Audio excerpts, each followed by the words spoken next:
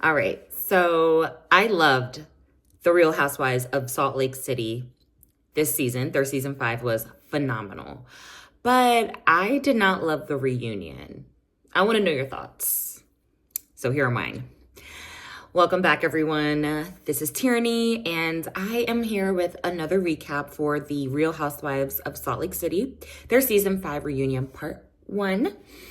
Like I said, I didn't love it.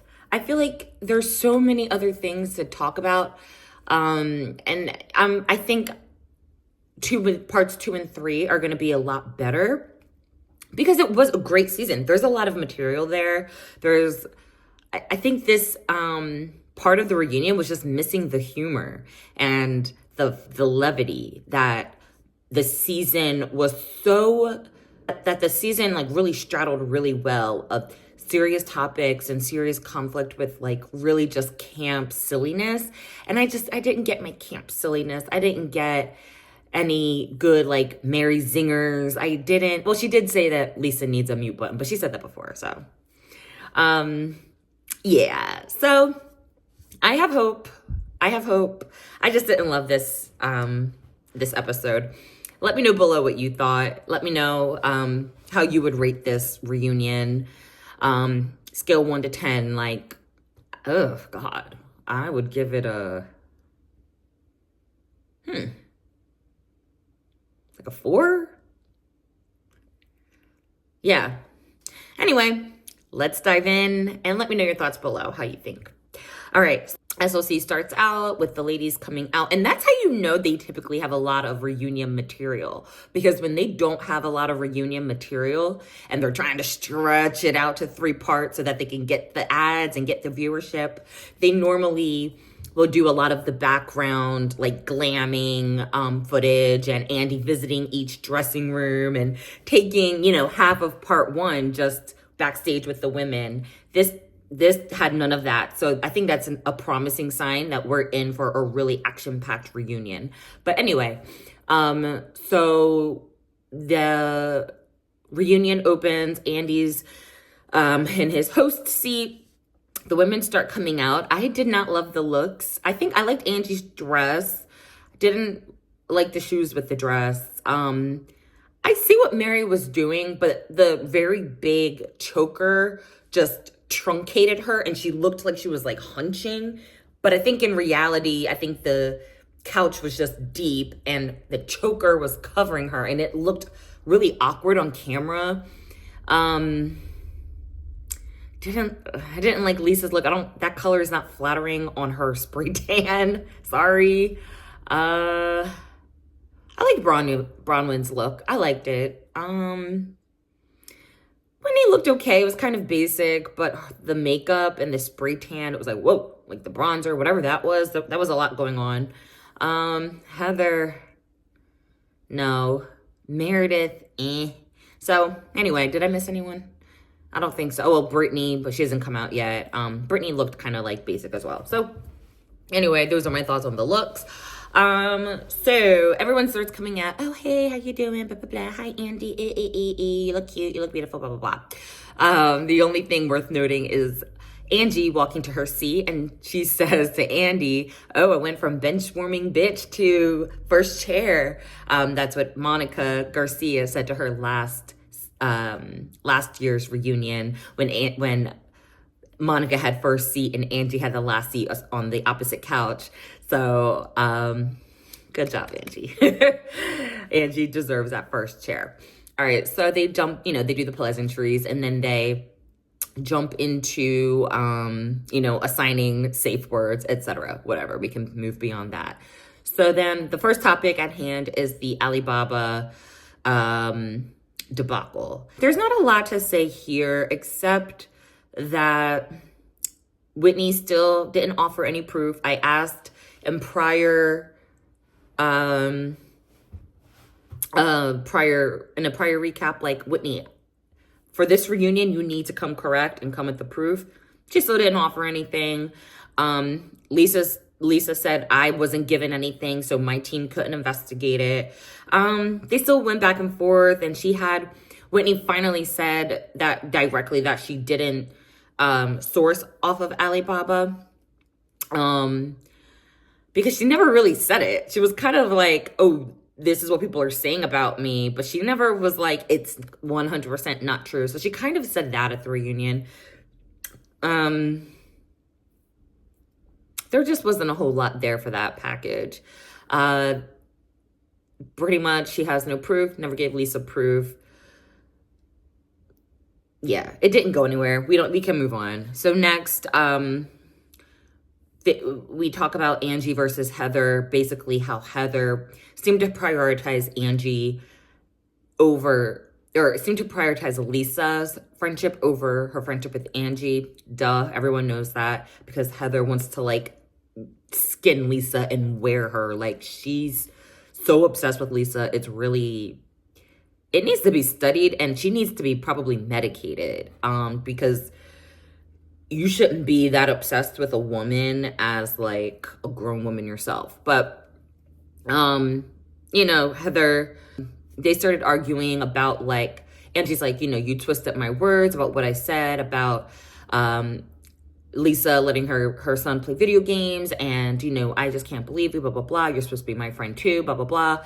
And Heather was, trying to defend herself, and then Lisa's chiming in, and she's like, I gave you a pass. It doesn't matter. And, she's doing all the yapping. And then that's when Mary was like, she needs a mute button, because Lisa kept jumping in.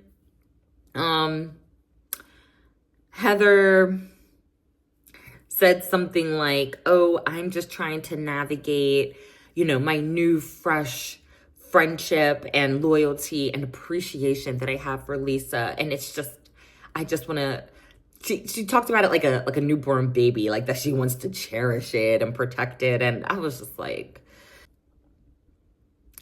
we know, we get it, we're aware. Like, you don't have to, we get it. And we know where your priorities are, and that's fine. So I think Angie realizes it too. Can I just mention Lisa's Kerastase commercial? It was so like low budget. I think it was supposed to look like that. I loved it. Like, the only thing crispy I want are French fries, not my hair. Like, whatever she said. It was so funny. Yeah, Crispies for French fries, not hair. So then we get to Lisa versus Angie, and Angie's tweet about Lisa, talking about that Lisa gets lip filler paid by some random man. Her car almost got repoed and all this stuff. And Lisa's defending herself, saying, no, nothing's ever been repoed. In fact, I have a new car coming over. And then Meredith chimes in and was like, yeah, I forget how she chimed in, but then Angie addressed Meredith and was like, yeah, you called me a backup dancer, and you said I was a backup dancer to Jen Shah. And you called me a backup dancer, and I'm nobody's backup dancer. And Meredith was just like, yes, you were. You were a backup dancer in Jen Shah's WAP video. So she kept saying that over and over again. It was pretty funny. She might have said it more times than the extended version when I rewatched the episode, I rewatched the Peacock uncensored version. So she did say it quite a few times. It was funny. Angie, I don't know. There was like Angie took it like so seriously. And I think Meredith was literally saying, no, you were in the background of that video, AKA TikTok. Of course, it wasn't a real music video. And then Angie was taking it as, oh, you're saying I was less than. I was just the backup and not the main person. Like, it seemed like she took it personally like that. She's like, I'm no one's backup dancer. And how care? And I'm like, all right. Like, I feel like this season had so much more to offer than that. Like, I was like, okay, like, we don't need to spend five minutes on a Twitter comment that didn't have anything to do with the show. Like, it was off screen, nonsense. So that was interesting. So then they move over to the $4 million necklace that Braunwyn tried on at her couple's trip. And basically, Andy was like, oh, I'm surprised you didn't wear it, Braunwyn. And Braunwyn was like, oh, yeah. Does anyone else really like Braunwyn's voice? I love her voice. It's so melodious. But anyway, she was like, oh, yeah, I probably should have worn it because, you know, it would have squashed a lot of questions that I keep getting.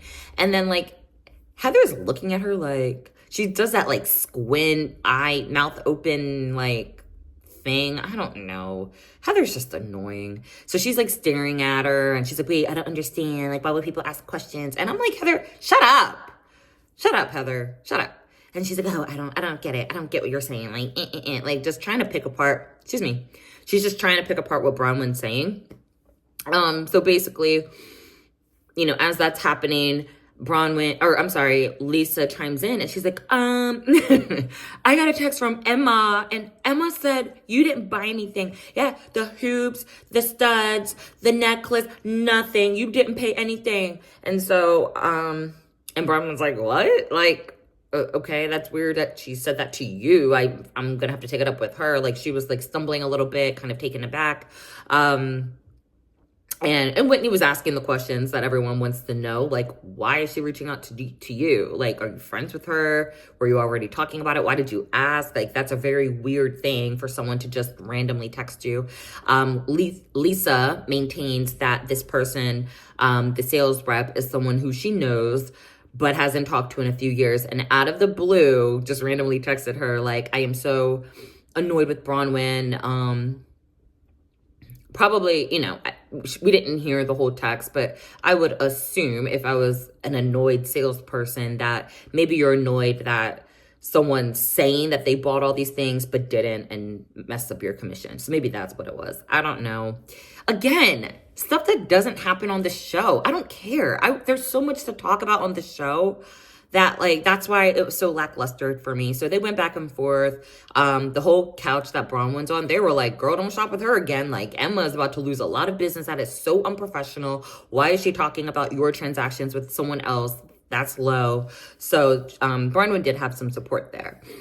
So then they go to Bronwyn's like official package and, you know, talking about her fashion and, you know, mocking Whitney and her ups and downs with Lisa and things like that. So Lisa and Bronwyn talk about having a timeout from each other up until the reunion. They haven't talked to each other a little over a month.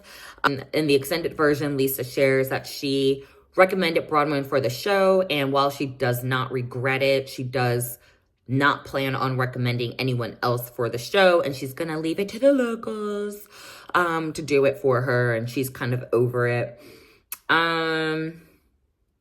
Bronwyn acknowledges that throughout the season, she was really kind of chasing Lisa and really putting her on a pedestal, thinking that she was closer friends with Lisa than Lisa thought of her.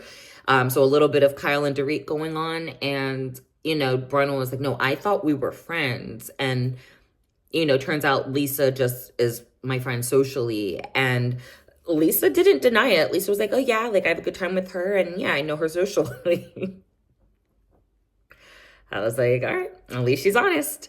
So that right there should have deaded all that pleading and crying that Bronwyn did later on. In my opinion, you know where you stand with her. And while you don't need to be good friends with someone to be a human and have empathy and say sorry, that's not what I'm saying. I don't know. You should just kind of know what you're working with by now. I mean, we, the viewers, know. So why don't you know when you personally know her? So unless she's a completely different person off camera, but she kind of acknowledged that she was kind of running up behind Lisa all season. And then still at the reunion, you can tell she was still like just wanting to pull something out of her, wanting to reach her, wanting to get in that inner like circle of Lisa, to like just wanting that. And Lisa kind of like held her ground. And that's one thing I'll give her. Like she does not waver on whatever she believes, wrong or right. And it's usually wrong, but makes her a great housewife. When asked, Heather said she doesn't regret on how she treated Bronwyn. She thinks that she clocked the situation and Bronwyn's kind of two-facedness, you know, ahead of time and right away. So she doesn't feel bad. Whitney kind of interjects and kind of talks about her gripe with Bronwyn. Basically, she's like, I feel like you don't claim me publicly. You are so focused on repairing things with Lisa, that you're not seeing the friends and support that you have here, and that you're not really being that great of a friend to me. And I felt that too, and Bronwyn received it, and she was like, yeah, you know what, I did see that watching that back, and I'm so sorry. I was just so focused on Lisa. So it seems like Bronwyn and Whitney could probably have a good relationship moving forward, because Whitney spoke up on something she didn't like, which was pretty true. I would say that. And then Bronwyn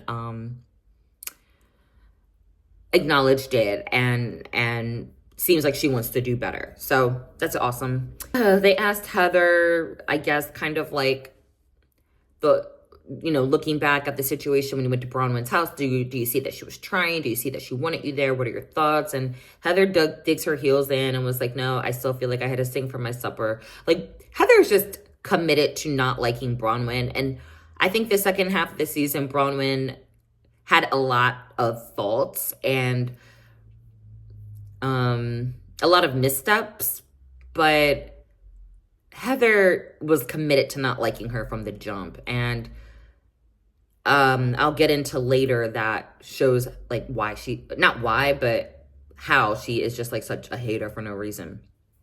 So Bronwyn was like kind of sticking to her viewpoint of like, that's not what I wanted to do. That's not what I meant to give off. And Heather's like, it doesn't matter what you wanted to give off. It matters what you did and how you made me feel and blah, blah, blah.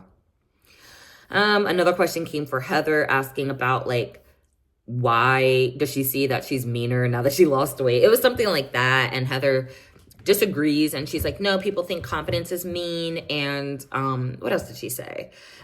She was like, this show kind of tears you down. And I actually had more confidence season 1. And people saw me as an underdog when I was heavier and rooted for me. And no, like you're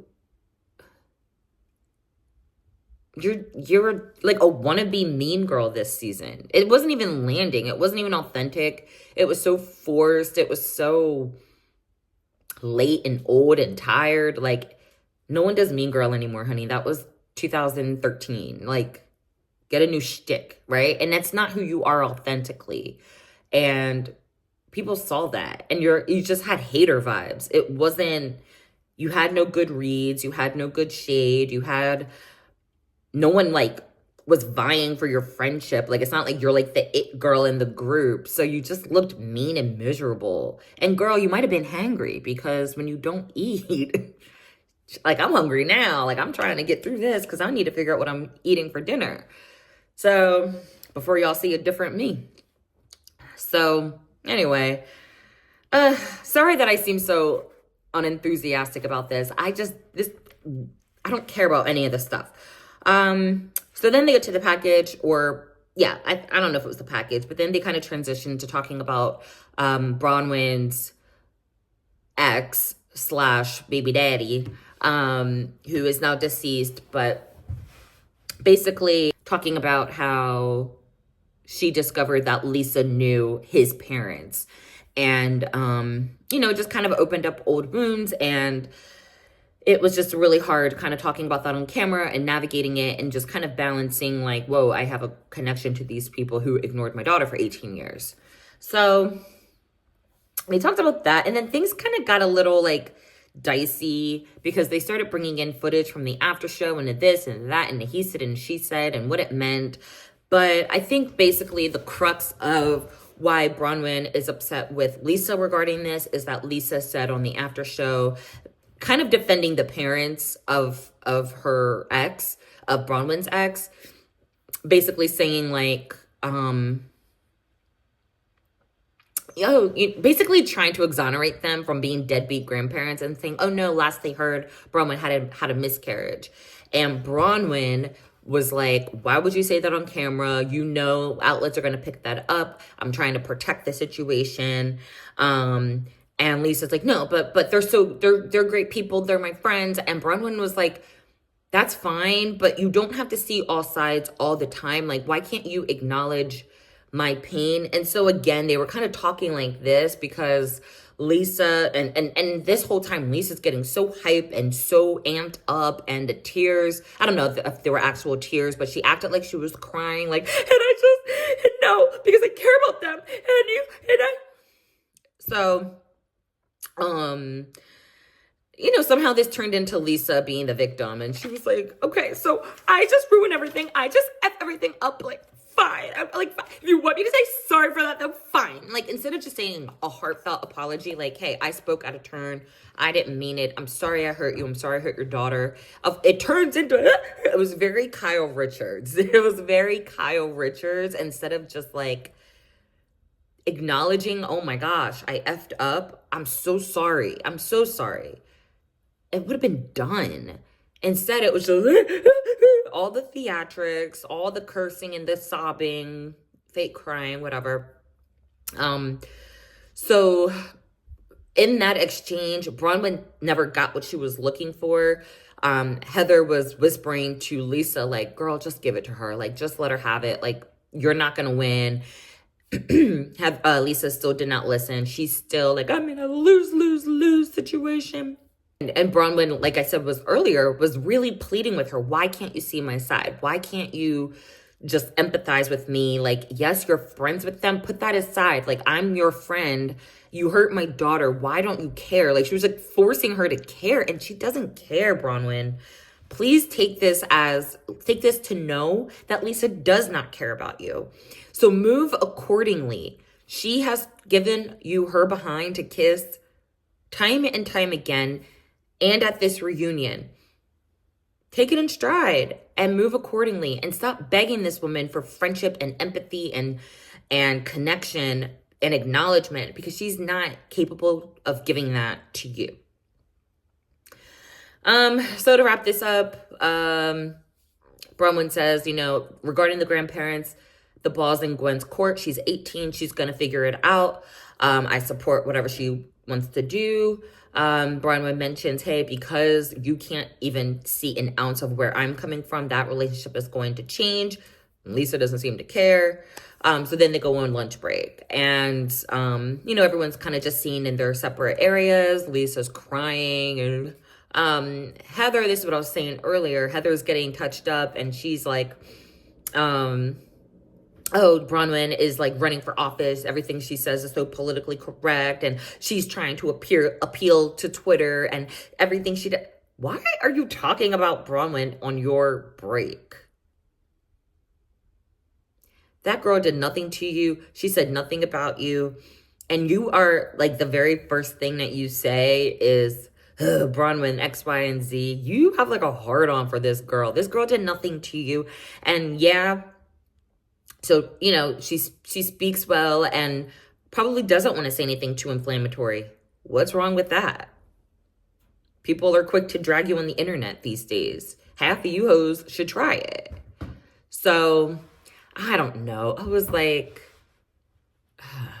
as produced as you are, Heather, you don't need to be alluding that anyone else is fake, because we can run down the list of the stuff that you do and say and set up that people can also say, oh, she's trying to appeal to Twitter. Here she comes with another fake monologue. She's trying to go viral again. Like, hush.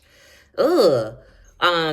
Whitney is kind of talking about Lisa as usual, because she's obsessed with Lisa along with her cousin. Whitney, I forget who she's talking to. I think she's maybe Angie, maybe. She's like, at what point is Lisa going to realize that she's the problem, and she's having all these conflicts of the same type, and when is she going to realize it? And the answer is never. She's happy how she is.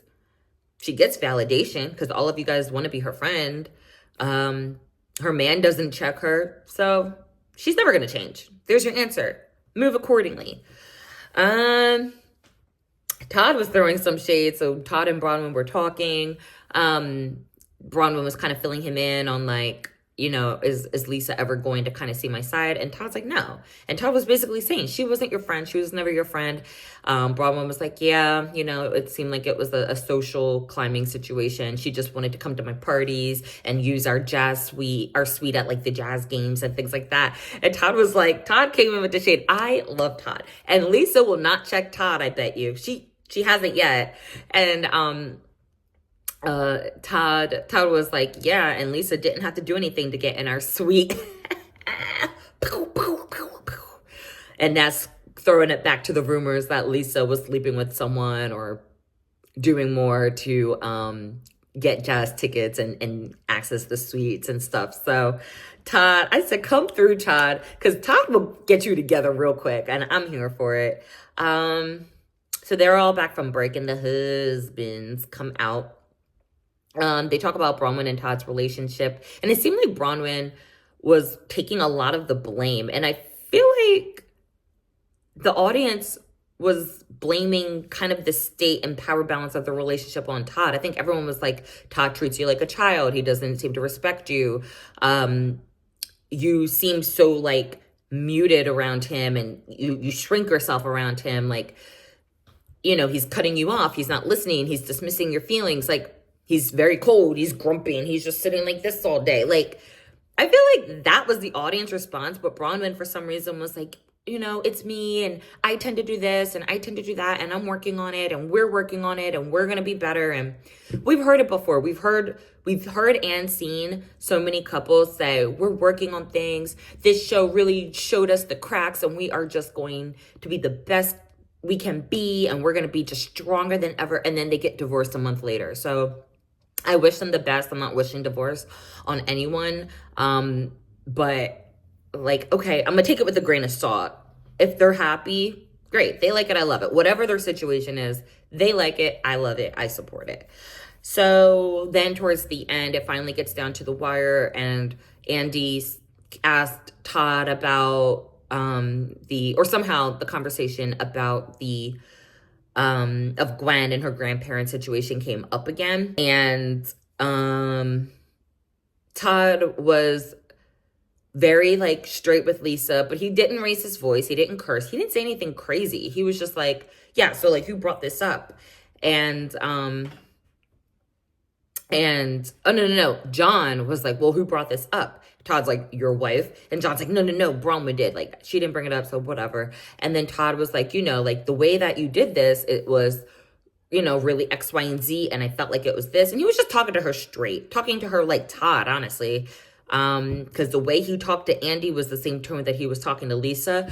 And then here goes John, watch your tone. And Todd's like, I'm not watching my tone. I said, I know that's right. John, who are you? I understand you're defending your wife, and I think that's great. And I think you should. But he has a history, as we've seen this season, of getting too amped up and getting too hype to like throw on his cape and save Lisa when she doesn't need saving, or when she pokes the bear first. Not that you need to leave her in harm's way if she instigates it, but you got to move different when your wife's in the wrong. And there's a way to step in and mediate and kind of like de-escalate things. In this situation, there wasn't anything to de-escalate. There's a way to like add value to a situation and de-escalate a situation and add like a calm perspective to a situation, and still kind of have like that support of your wife, rather than coming in and riling things up and puffing your chest. And like, I was like, John, oh, like, I see why you're all together. Okay. So, but I like Todd. Like, he was like, I liked him in this scene. Because I didn't like a lot of what I saw in the season, but I liked him in this scene of like, I'm not watching my tone. Like, get out of here. So that's how it ended. We'll see what comes up next. Like I said, it wasn't a great reunion, in my opinion. I want to know how you thought about it, or what you thought about it. It wasn't great. So who was the MVP to you? I think Todd. Who was your reunion part 1 MVP? Let me know. Meredith and Mary, pick it up in the next episodes. Y'all barely spoke. I know there's going to be a big focus on Mary, because Mary gave a lot. So I'm looking forward to it. I think now that we got the husbands out of the way, we'll probably have a little bit of part 2 with the husbands. I think majority of part 2 and all of part 3 will have Brittany out, and we'll be able to talk about the rest of the season. I'm praying. I'm hoping. I have faith. So that was it. Let me know your thoughts, and thanks for rocking with me. I'll talk to you guys later. Bye.